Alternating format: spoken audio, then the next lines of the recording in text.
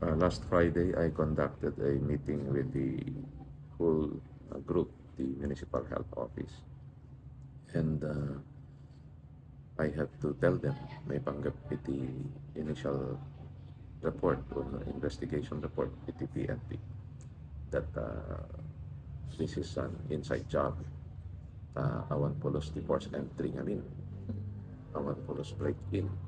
So, it's either tagaigay, kuno at bukod na na-duplicate king, kuno dati.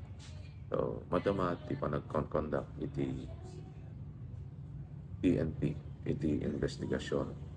Kastamatan nga we already equipped. Well, we are in the process of equipping the Municipal Health Office kadigiti no kasanot ti panang preventar ken panang secure kadigiti nga assets da na makita kita haan nga napintas ti panaka-secure na dagitoy muna wan rehas dat datu mga taw-tawa dada perper ti nga bisagra no inikat mo latay bolt nan maikat pa ikot sa mapagkat sa nga bugalari dawan.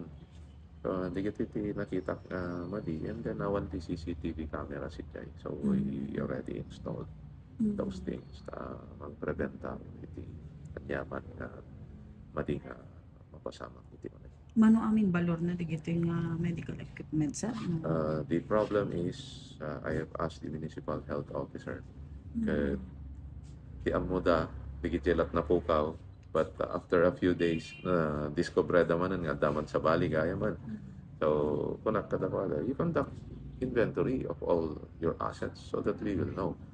Si medyo kitaet na rod kita ano nga napintas ti panangi secure da.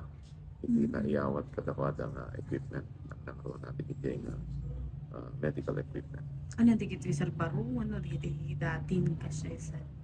Datin donations kano pwede gito datuma so nakamadingarod nga pasama apeng nga kasya ay yung kayat ko lang nga ibaga na bukod ko lang na kapampananota Yes. based on all digiti nang nanggagap dati nga nagala dati nga nagtakaw kat he is or she is or they are kuna at matamo ng manoda amuda ti inalala at the knowledge da kadagiti nga equipment kan mabalin nga amuda pay no sinot pagilakwan da but this I tell you